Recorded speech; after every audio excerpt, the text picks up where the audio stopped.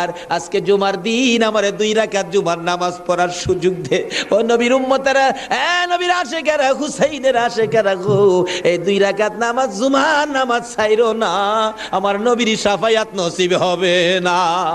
রক্তে লাল হইয়া যদি হুসাইন 2 রাকাত জুমার নামাজ পড়তে পারে গো, আজকাল থেকে কথা দিতে হবে জীবনে কোনোদিন জুমার নামাজ ছাড়তে পারবা না। জুমার নামাজ আদায় করতে সময়টুকুন দিলে নামাজ শুরু করে দিলেন, রুকু সিজদার কাজ শেষ করে তাশাহুদে বসে সালাম ফিরানের আগ পর্যন্ত কাছাকাছি বসে বসে এই যদি সৈন্যরা নামাজের ভিতরে প্রত্যক্ষদর্শীরা বলেন এক একটা করে তীর মারে হুসাইনের গায়ে। ডান দিক দিয়ে যদি তীরটা মারতো, বাম দিক দিয়ে বেরিয়ে যাইতো, সামনে দিয়া মারলে পিছন দিয়া বেরিয়ে যায়, এই কিসিমের তীর গো নামাজের ভিতরে বাহুতুরটা তীর লাগাইছে। হুসাইন সালামটা ফিরাইয়া নানা গো কইয়া কালতে কালতে জমিনে গড়াগড়ি শুরু করে দিলে। নিষ্ঠুর পাষাণ এই যদি সৈন্যের সীমার গলা কাইটা মাথা আলাদা করে নিয়ে গেছে। হুসাইন শহীদ হয়ে যায়। ওদিকে দিয়ে ডাকতেছে।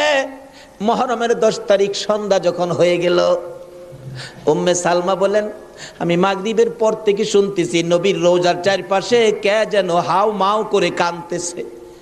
মনে বড় অশান্তি, কিসের কান্দার আওয়াজ? দৌড়ায় যাইলাম, যাইয়া দেখি কোনো মানুষ দেখি না, কে যেন কান্দে। এসারের নামাজ পড়ে আমি উম্মে সালমা ঘুমের ঘরে ঘুমিয়ে গেলাম।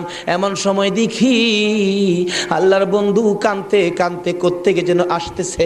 কাছাকাছি আসার পরে দেখি আবার রাসূলের গায়ে রক্ত মাখা মাটি দেখা যায়।